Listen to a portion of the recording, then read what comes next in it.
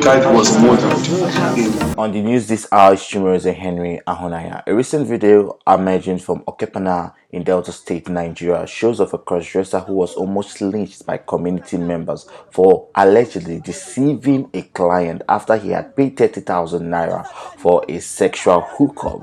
It was gathered that this was said to have happened at a hotel in the community, where community members were vexed by this action. Here is the video clips, and we'll be right back after a brief break.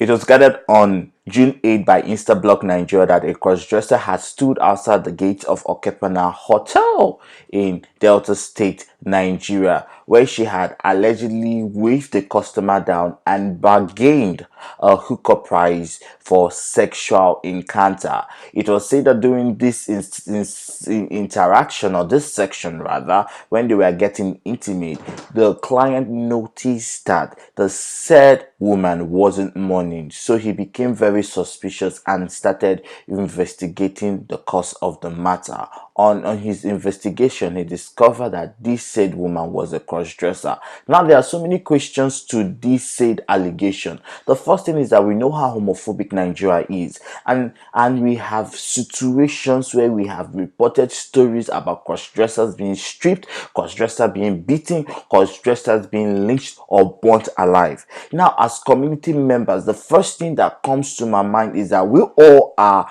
not ignorant of the events that are happening in Nigeria as a country, not just in Nigeria but in certain states in Nigeria. And as community members, how do we still go about indulging in what I call risky experiment, risky, scandalous journey? You know, for one, you are a cross-dresser. You know that you are having a hookup section with a strange man. Didn't it occur to you that you may be discovered to be a cross-dresser rather? And when you're discovered to be a cross-dresser, what were your plan to escape that said situation? There are so many questions to be asked here. Before you met this client, did you meet this client on, queer apps? Did you meet this client on same-sex apps such as Tinder, Grindr, or Jack D? Or did you meet this guy just regularly, like it was alleged, on the roadside, and you decided to take this expensive risk and not expect an expensive outcome? So we as community members, we need to take our safety first. We've said this over and over. It's not like you're a transdresser. So let us have this conversation. For those who do not know what cross-dressing is when you are you identify as a certain sexual or a certain gender, and then you decide to dress as the opposite gender. So you still have you still have intact your private part that was assigned to you at birth and I was given to you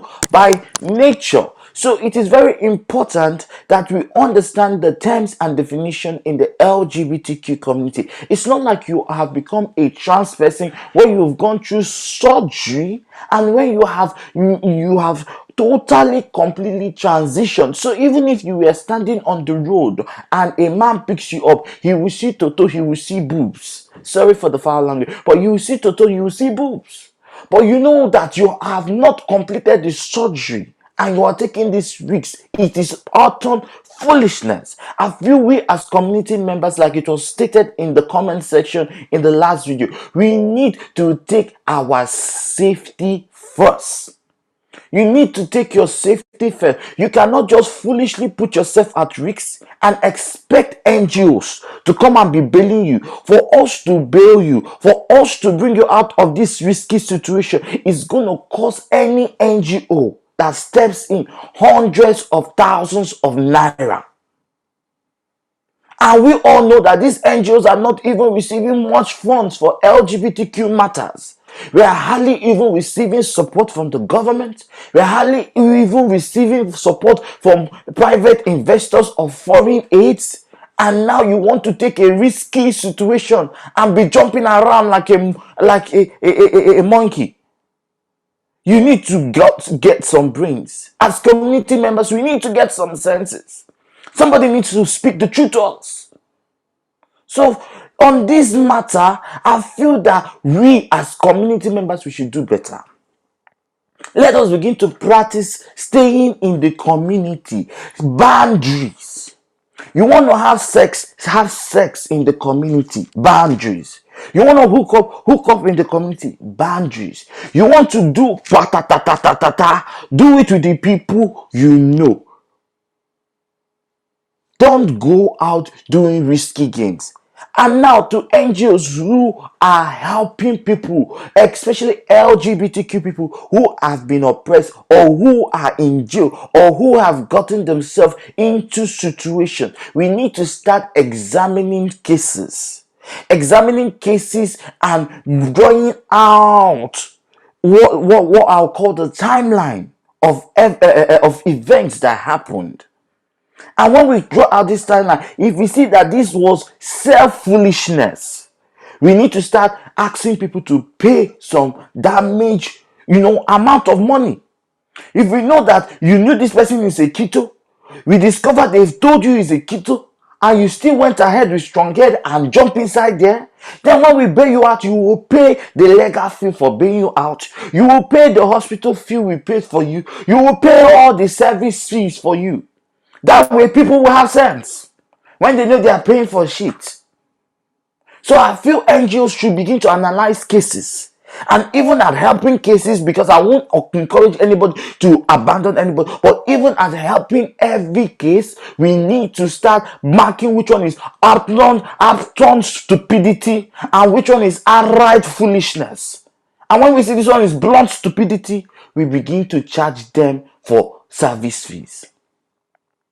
So even on this matter, my head can't stop kind of being in place. So are you telling me that this man picked this cross-dresser up, and what was he thinking? Is it that he picked her up, went into the hotel, and she turned off the light and they started having sex? Because there are so many questions to be asked here. How didn't he know that this person was a cross-dresser? There are so many things that shows you someone is a cross-dresser. There is a facial structure when you look at a man from a woman. But if you believe it or not, or if you deny it or not, there is still that masculine facial structure of a man. There is still that masculine features of a man. We know that cross-dressers in Nigeria don't have the privilege of even having hormones. These are the things we even need to talk about. Cross-dressers and trans people don't have access to hormonal pills in Nigeria. So clearly this person must still have a masculine voice that is rather thick like my own, or a kind of feminine, but there will still be a mixture of a masculine voice. So I want to know what happened. How did you know you were going to carried a cross-dresser?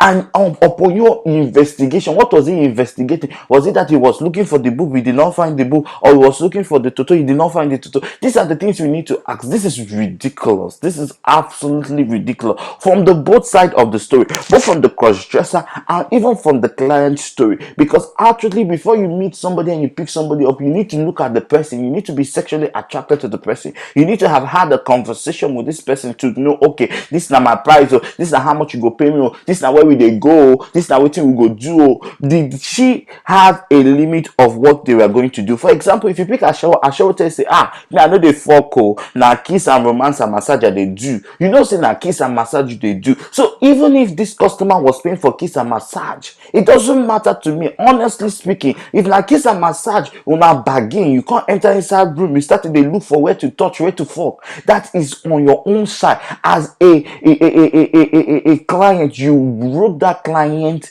and customer rule agreement. Even though it is a verbal one, we need to start like stating facts dictating reality. So even though they had a verbal agreement that okay, this now where we go do, this now where we go do, and you can't pass your own, and then you were shocked. The post says, and he was shocked and he almost fainted and passed out. How did you not know? When did he even get to realize that he was having sex with the same sex?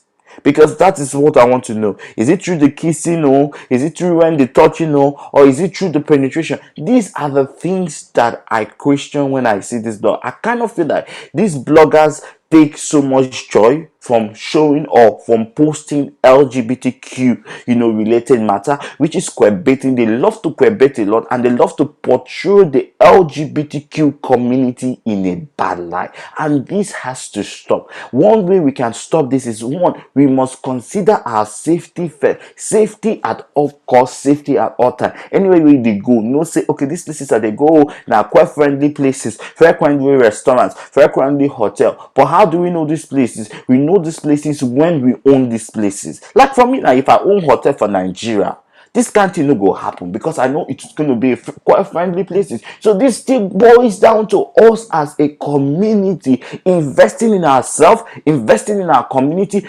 putting donations. Since Kiwi Talk started and since we started airing story, one donation to give person we don't go through these traumas has not been given. Since you don't watch Q Talk as a person, since you've been watching our stories, since you've been hearing these stories, since you've been seeing the plight of LGBTQ persons in Nigeria, you've seen us talk about these people. Have you reached out to us to help a soul? So at the end of the whole day, it's not just about watching and seeing these videos and commenting. It's also of your own end, also contributing, one, as a community member, to be safe, to report all the news. If you hear anything really happen, Kiwi Talk is here to air the news. So report it down to us and we'll air it, we'll speak about it, we'll put it out in the general public. Secondly, as community members, check up on each other. As this Casaladon boss now, as this trouble has happened, we know this cross-dresser.